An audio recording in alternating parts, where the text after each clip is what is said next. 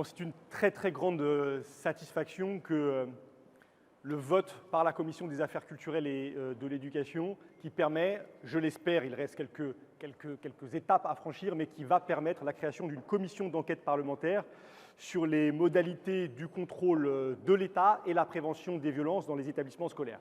C'est une victoire pour les victimes.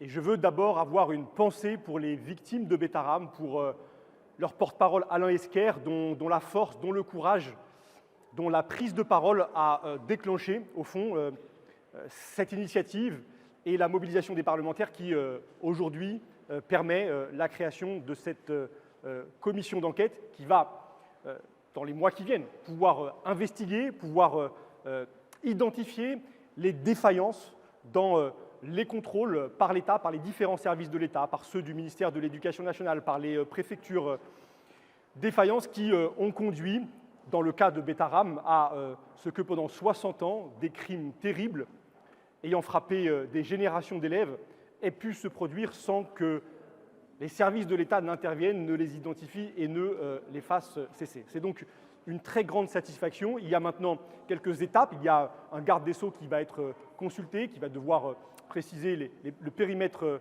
de cette commission d'enquête, mais il est très probable qu'elle puisse se mettre en place et commencer son travail très prochainement. Est-ce que François Bayrou sera auditionné par cette commission d'enquête ? Cette commission d'enquête, elle porte sur l'ensemble des établissements scolaires du pays.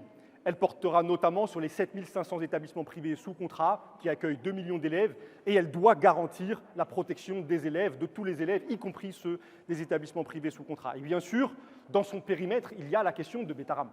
Il y a la question des défaillances, il y a la question d'un rapport de l'inspection qui a été commandé en 1996, un rapport qui pose aujourd'hui question, avec l'inspecteur qui déclare ce matin lui-même au fond, un certain nombre de doutes quant aux conditions dans lesquelles il a élaboré ce rapport. Se poseront les questions de ce qui a été fait ou de ce qui n'a pas été fait de ce rapport, mais aussi d'autres rapports.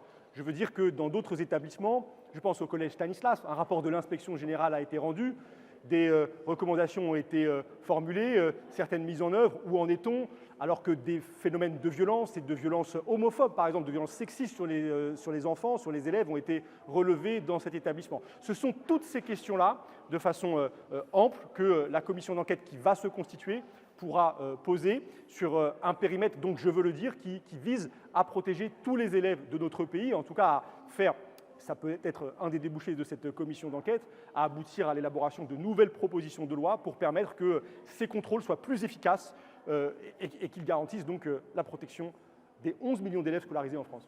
Et donc sur Bayrou ? Oui. Vous m'avez répondu ? Je vous ai répondu que le cas de Betaram entre dans le périmètre, bien sûr, de cette commission d'enquête. Et alors, je veux, moi, être respectueux des étapes. Il va y avoir une désignation d'une présidence de cette commission d'enquête, de rapporteurs. Ils ne sont pas encore nommés et désignés. Et bien évidemment qu'il y aura un débat sur les auditions qu'il faudra engager. Moi, je considère que la première devra être de recevoir Alain Esquer, son collectif, pour entendre les victimes et pour qu'elles nous disent ce à quoi elles ont été confrontées, pour qu'elles nous disent pourquoi, pendant si longtemps, dans un silence, dans une forme d'omerta, elles ont tiré des signaux d'alarme sans être entendues, et en effet, sans être entendues par le ministre de l'Éducation nationale de l'époque, moment où les premières violences physiques apparaissent en 1996. Il y a, je crois, une enquête encore en cours. Comment vous allez faire?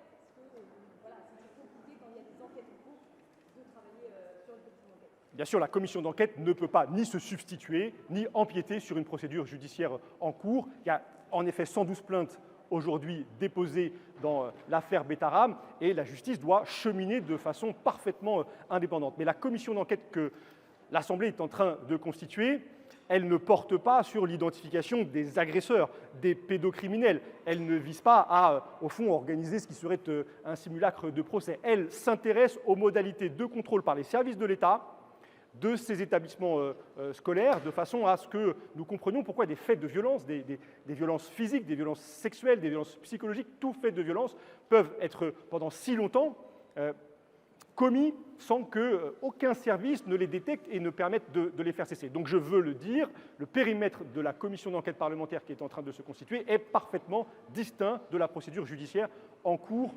autour de l'affaire Betaram.